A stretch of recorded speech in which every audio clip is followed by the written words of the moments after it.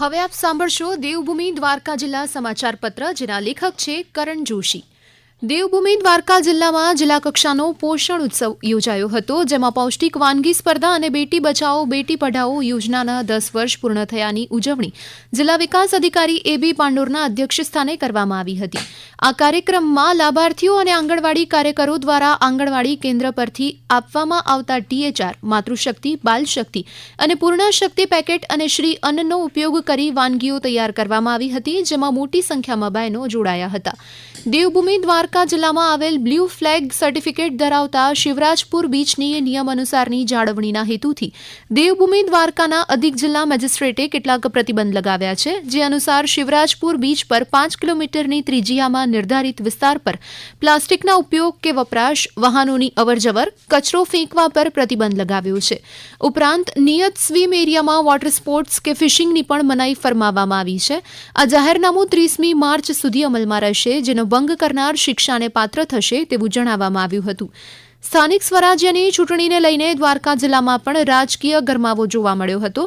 દ્વારકા જિલ્લામાં દ્વારકા, ભાણવડ અને સલાયા નગરપાલિકાની ચૂંટણી તેમજ બરાણા, ખંભાળિયાની તાલુકા પંચાયત અને 13 જુવાનપુર, કલ્યાણપુર તાલુકા પંચાયતની ચૂંટણી યોજાવા જઈ રહી છે. ત્યારે દ્વારકા નગરપાલિકામાં તેમજ ભાણવડ નગરપાલિકામાં ભાજપ ચૂંટણી પહેલા જીતની રેસમાં જોવા મળી હતી. 28 બેઠક ધરાવતી દ્વારકા નગરપાલિકામાં 9 બેઠક પર ભાજપ બિનહરીફ થઈ છે, તો ભાણવડ નગરપાલિકા માં પણ ભાજપ 8 બેઠક પર બિનહરીફ જાહેર થઈ છે. દ્વારકા જિલ્લાની સમુદ્ર સુરક્ષામાં વધારો કરાયો છે. બેટ દ્વારકા મેગા ડિમોલેશન બાદ સમુદ્ર સુરક્ષામાં આ વધારો કરવામાં આવ્યો છે.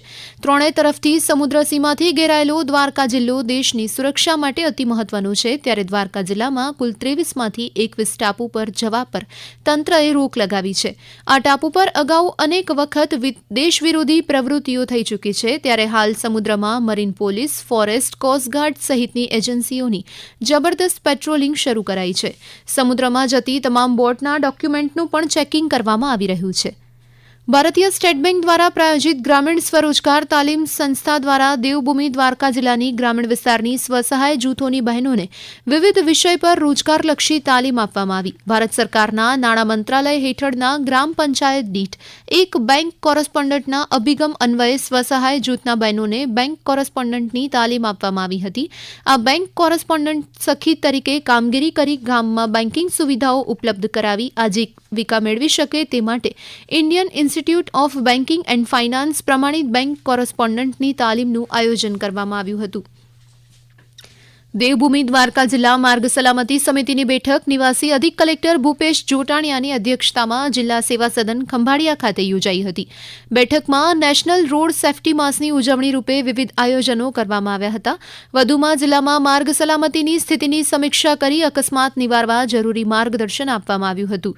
રાજ્યપાલ આચાર્ય દેવવ્રતજીએ દેવભૂમિ દ્વારકા જિલ્લાની મુલાકાત દરમિયાન દ્વારકા તાલુકાના ધીણકી ખાતે ખેડૂતો સાથે પ્રાકૃતિક કૃષિ પરિસંવાદ કર્યો હતો. પરિસંવાદમાં રાજ્યપાલે જણાવ્યું હતું કે આજના આધુનિક યુગમાં ટેકનોલોજીના પરિણામે કૃષિમાં વ્યાપક ફેરફાર આવ્યા છે. ટેકનોલોજીની સાથે સાથે ઝેરમુક્ત પ્રાકૃતિક કૃષિ અપનાવી ખૂબ જ આવશ્યક છે. દેવભૂમિ દ્વારકાના ખેડૂતો પાસેથી આચાર્ય દેવવ્રતજીએ ગુરુદક્ષિણામાં પ્રાકૃતિક ખેતી કરવાની ખાતરી માંગી હતી. દેવભૂમિ દ્વારકા જિલ્લાનો ચોતરફ વિકાસ કરવાના ઉમદા ભાવ સાથે જિલ્લાના અધિકારીઓની ચિંતન શિબિરનું આયોજન આસ્થાના કેન્દ્ર દ્વારકા ખાતે કરવામાં આવ્યું હતું. એક દિવસીય ચિંતન શિબિરમાં સરકારની લોકહિતકારી યોજના અને અભિયાનો વધુ અસરકારક બનાવી પ્રજાહિતલક્ષી સેવા વધુ સુદૃઢ બનાવવા માટે અધિકારીઓએ મુક્ત મને પોતાના વિચારોની આપ-લે કરી હતી. તેમજ દ્વારકા જિલ્લાને પ્રવાસન ક્ષેત્રે રાજ્યમાં કેવી રીતે અગ્રેસર લઈ જઈ શકાય તે માટે પણ અધિકારીઓએ મનોમંથન કર્યું હતું. આ સાથે જ દ્વારકા જિલ્લા સમાચાર પત્ર અહીં સમાપ્ત થયો, જેના લેખક હતા કરણ જોશી. પ્રસારણ આકાશવાણીના અમદાવાદ, વડોદરા કેન્દ્ર પરથી કરવામાં આવ્યું.